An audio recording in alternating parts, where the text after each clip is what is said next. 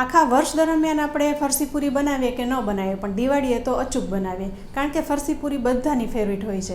તો આજે કિચન સિરીઝમાં ફરસી પૂરી જેવી જ લાગતી એક દોથા પૂરી બનાવીશું, જે મારા દાદીમાં વર્ષોથી બનાવતા હતા. દોથા પૂરીની રેસીપી છે ને એકદમ સરળ છે, પણ એમાં લોટ બાંધવાની, વણવાની અને તળવાની જ ખૂબી છે. વિડીયોમાં આપેલી બધી ટિપ્સને તમે જો યોગ્ય રીતના ફોલો કરશો ને તો દોથા પૂરી એકદમ ફરસી અને મોઢામાં મૂકતા ઓગળી જશે અને જરાય કડક નહીં થાય.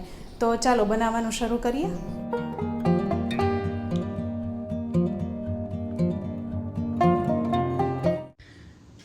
તો દોથાપૂરી બનાવવા માટે મેઝરિંગ કપ પ્રમાણે 1 કપ થાય એટલો મેંદાનો લોટ લીધો છે. હવે આમાં મોણ ઉમેરવાનું છે, તો તેલ અને ઘીનો ઉપયોગ કરીશું. તો 3 પાવડા જેવું તેલ અને 1.5 ચમચી જેવું ઘી ઉમેરીશું. અહીં હું વેજીટેબલ ઘીનો ઉપયોગ કરું છું. વેજીટેબલ ઘીથી છે ને દોથાપૂરી એકદમ ખસ્તા થાય છે. જો તમારી પાસે વેજીટેબલ ઘી ન હોય તો ચોખ્ખું ઘી 1 ચમચી જેવું ઉમેરી દેવું. હવે આને થોડું ઘણું ગરમ કરીશું, એટલે વેજીટેબલ ઘી સરસ રીતના મિક્સ થઈ જાય. બસ હવે ગેસ બંધ કરી દેવાનો છે અને આ તેલ અને ઘીને લોટમાં ઉમેરી દઈશું. તો બધું એકી સાથે ન ઉમેરતા ચમચીથી થોડું થોડું ઉમેરીને મિક્સ કરતા જઈશું. તો સૌથી પહેલાં 4 ચમચી જેવું મોણ ઉમેરીને મિક્સ કરી લઈશું. સાથે સ્વાદ પ્રમાણે મીઠું પણ ઉમેરી દઈશું. અહીં મોણ છે ને તમારે સરખી માત્રામાં ઉમેરવું પડશે, કારણ કે દોથાપૂરી ખાવામાં એકદમ સોફ્ટ કરવાની છે. જો મોણમાં કચાશ કરશો ને તો દોથાપૂરી જરાય સારી નહીં બને, એટલે અહીં મુઠ્ઠી પડે ને એવું મોણ ઉમેરવાનું છે. 4 ચમચી જેવું મિક્સ થઈ ગયું છે, પણ લોટ હજી કોરો લાગે છે. તો બાકી રહેલું બધું જ મોણ આમાં ઉમેરી દેવાનું છે અને મિક્સ કરી લઈશું.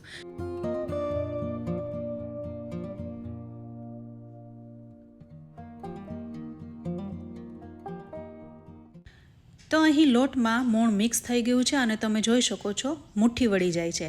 બસ આટલું મોણ આપણે ઉમેરવું પડશે, જેથી દોથાપૂરી એકદમ સરસ થશે. સાથે હવે લોટ બાંધવામાં પાણીનો બિલકુલ ઓછો ઉપયોગ થશે. હવે દોથાપૂરી દેખાવમાં સરસ લાગે એ માટે થોડી એવી, એટલે કે 2 ચપટી જેવી હળદર ઉમેરીશું, એટલે લાઇટ પીળો કલર આવે. એનાથી દોથાપૂરી એકદમ સરસ લાગે છે. હવે દોથાપૂરીમાં મરી અને જીરું ઉમેરીશું, એનાથી દોથાપૂરી એકદમ સરસ લાગે છે. તો 1 ચમચી જેવા મરી લઈને એને અધ કચરા ખાંડી લઈશું. સાવ ભૂકો નથી કરવાનો, નહીંતર પૂરી છે ને એ કાળી થશે. સાથે 1 ચમચી જેવું જીરું પણ લઈશું, એને પણ અધ કચરું ખાંડી લઈશું. તો મરી અને જીરું બંને વટાઈ ગયા છે, તો લોટમાં ઉમેરી દઈશું. તો 1 ચમચી મરી અને પોણી ચમચી જેવું જીરું ઉમેરી દઈશું અને મિક્સ કરી લઈશું. હવે લોટ બાંધવા માટે મેં થોડું પાણી હુંફાળું ગરમ કરી રાખ્યું છે. તો આ પાણી એકી સાથે ના ઉમેરતા ચમચીથી જ ઉમેરવું, એટલે થોડું થોડું પાણી ઉમેરતા જવાનું અને મિક્સ કરતા જવાનું. આવી રીતના કરશો ને તો લોટ એકદમ છૂટો રહેશે અને બંધાઈ નહીં જાય. વધારે પાણી ઉમેરીને લોટને બિલકુલ ઢીલો નથી કરી નાખવાનો, થોડો મીડિયમ કઠણ જ રાખવાનો છે. તો હવે ફરી 2 ચમચી જેવું પાણી ઉમેરી મિક્સ કરીશું. તો ટોટલ અહીં 6 થી 7 ચમચી જેવું પાણી ઉમેરીને લોટને ભેગો કરી રાખ્યો છે. મોણ અહીં સરખી માત્રામાં છે, એટલે પાણી ખૂબ જ ઓછું જોઈશે. તો 6 ચમચી જેવું પાણી ઉમેરી દીધું છે અને મિક્સ કરી લઈશું. તો જુઓ હવે લોટ છે ને એ ભેગો થતો જાય છે, પણ આપણે ભેગો નથી રાખવાનો, આમ છૂટો જ રાખવાનો છે, જેથી પૂરી એકદમ પડવાળી થાય. હવે લોટને ઢાંકીને 10 મિનિટ રેસ્ટ આપીશું. તો 10 મિનિટ રેસ્ટ આપી દીધો છે. હવે અહીં લોટને ભેગો કરી લઈશું, એટલે આમ જ એને બાંધી લઈશું. લોટને અહીં કૂણવવાનો નથી, બસ ખાલી ભેગો જ કરીશું. તો અહીં તમે જોઈ શકો છો લોટમાં ઘણી બધી ક્રેક્સ દેખાય છે. બસ આવી જ રીતના લોટને ભેગો કરવાનો છે. હવે આ લોટમાંથી નાના નાના લુવા બનાવી લેવાના છે. અહીંયા દોથાપૂરી છે ને થોડીક જાડી રાખવાની હોય છે, એટલે એ પ્રમાણે તમારે લુવા બનાવવાના. તો એકદમ હળવે હાથે બંને હાથમાં લોટને ફેરવતા જઈશું અને ગોળ વાળી લઈશું. મોણ વધારે માત્રામાં છે એટલે લુવાનો પરફેક્ટ શેપ નહીં આવે, પણ આવી રીતના હાથમાં ગોળ ગોળ ફેરવીને લુવા બનાવી લઈશું. તો બધા લુવા તૈયાર થઈ ગયા છે. લુવા સુકાઈ ન જાય એટલા માટે એને ઢાંકીને રાખી દઈશું. હવે એક પછી એક પૂરી વણતા જઈશું. પાટલામાં થોડું વેલણ લગાવી લઈશું, એટલે પૂરી ચોટે નહીં. દોથાપૂરી વણવા માટે મેં અહીં આકાવાળું વેલણ લીધું છે, જેથી પૂરી બહુ ફૂલે નહીં. લોટમાં મોણ વધારે છે એટલે એની બોર્ડર તો ફાટશે જ. જો તમારે પરફેક્ટ ગોળ શેપ રાખવો હોય ને તો કોઈ ગ્લાસ, વાટકી એનાથી કટ કરી લેવી, જેથી પૂરીનો પરફેક્ટ શેપ આવી જાય. હવે પૂરી બહુ ફૂલે નહીં એ માટે ફોર્કથી કાણા કરી લઈશું. તો અહીં એક પૂરી તૈયાર થઈ ગઈ છે. તમે જોઈ શકો છો પૂરીની થિકનેસ કેટલી છે, આટલી જાડી રાખવાની છે. હવે આવી રીતના આપણે બધી પૂરીને તૈયાર કરી લેવાની છે. પૂરી વણતા તમને એવું લાગે કે વધારે બોર્ડર ફાટી રહી છે તો હાથથી ભેગી કરી લેવી, જેથી પૂરીનો થોડોક ગોળ શેપ આવી જાય. બસ આવી રીતના તમારે પૂરી વણતા જવાનું છે અને ફોર્કથી કાણા કરતા જઈશું. તો બધી પૂરીને તૈયાર કરી લઈશું. સાથે તેલને લો ફ્લેમ પર ગરમ કરવા મૂકી દીધું છે. તેલ અહીં એકદમ ગરમ નથી પણ હુંફાળું છે. જો ગરમ તેલ થઈ ગયું હોય ને તો ગેસ બંધ કરી દેવો અને તેલ થોડું ઠંડુ થઈ જાય પછી જ પૂરી ઉમેરવી. પૂરી વજનદાર હોવાથી તેલમાં ઉમેરશું એટલે તળિયે જઈને બેસી જશે.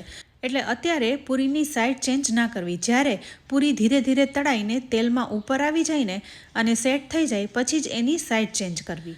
આ દોથાપૂરી તળતી વખતે તમારે ખૂબ ધ્યાન રાખવું પડે છે. જો અત્યારે તમે સાઈડ ચેન્જ કરી નાખશો તો પૂરી એકદમ સોફ્ટ હોવાથી તરત જ જારો લાગવાથી તૂટી જશે. એટલે જ્યારે પૂરી તળાઈને ઉપર આવી જાય અને થોડી ઘણી સેટ થઈ જાય ને પછી જ એની સાઈડ ચેન્જ કરીશું. અહીં તેલનું ટેમ્પરેચર થોડું વધી ગયું હતું એટલે મેં ગેસ બંધ કરી દીધો હતો પણ હવે મેં ફરી ચાલુ કરી દીધો છે. સાથે પૂરીનો કલર છે ને એ એકદમ લાઇટ જ રાખવાનો છે, બ્રાઉન નથી કરવાનો. એટલે તેલનું ટેમ્પરેચર તમારે વધારે કરવાનું જ નથી, લો ફ્લેમ ઉપર જ તળવાની છે. સાથે પૂરી જાડી હોવાથી અંદર સુધી તળાઈ જવી જોઈએ, ક્રિસ્પી થઈ જવી જોઈએ. અંદરથી કાચી રહેશે ને તો પણ દોથાપૂરી ખાવાની મજા નહીં આવે. એટલે દોથાપૂરી તળતી વખતે તમારે આ બધી બાબતોનું ધ્યાન રાખવાનું છે. ધીરે ધીરે તળાશે ને તો જ દોથાપૂરી ક્રિસ્પી થશે. તો દોથાપૂરી તળાતા 3 થી 4 મિનિટ જેવો સમય થઈ ગયો છે. હવે તમે જોઈ શકો છો એકદમ સરસ ક્રિસ્પી અને લાઇટ કલર આવી ગયો છે. તો હવે આ દોથાપૂરીને બહાર કાઢી લઈશું. તો જોયું ને ફ્રેન્ડ્સ, દોથાપૂરી બનાવવી કેટલી સરળ છે. એકદમ ઇઝી રેસીપી છે. તમે પણ ઘરે આસાનીથી આ રીતના બનાવી શકશો. બસ લોટ બાંધવામાં, વણવામાં અને તળવામાં ધ્યાન રાખવાનું છે જેથી દોથાપૂરી એકદમ સરસ થાય. તો ફ્રેન્ડ્સ, અહીં આપણે આ રીતના બધી દોથાપૂરીને તૈયાર કરી લીધી છે. આ દોથાપૂરી મહિના દિવસ સુધી સારી રહે છે. એટલે સફરમાં સાથે લઈ જવું હોય ને તો પણ લઈ જઈ શકાય, બગડતી પણ નથી. તો ફ્રેન્ડ્સ, અહીં તમે જોઈ શકો છો દોથાપૂરી કેટલી સરસ થઈ છે, એકદમ ક્રિસ્પી. ખાશો તો મોઢામાં ઓગળી જશે, એટલી સોફ્ટ થઈ છે. ચા ભેગી તો ખાવાની મજા પડી જાય. તો ફ્રેન્ડ્સ, તમે પણ આ રીતના બનાવજો. તમારો ફીડબેક અમને કમેન્ટ બોક્સમાં જરૂરથી આપજો. રેસીપી સારી લાગે તો વિડીયોને લાઇક અને શેર કરજો અને અમારી કિચન સિરીઝ ચેનલને સબસ્ક્રાઈબ કરી લેજો. સાથે ફેસબુક પેજને લાઇક કરી ફોલો કરી લેજો. તો ફરી મળીશું આવી એક ઉપયોગી રેસીપી સાથે. ત્યાં સુધી આવજો.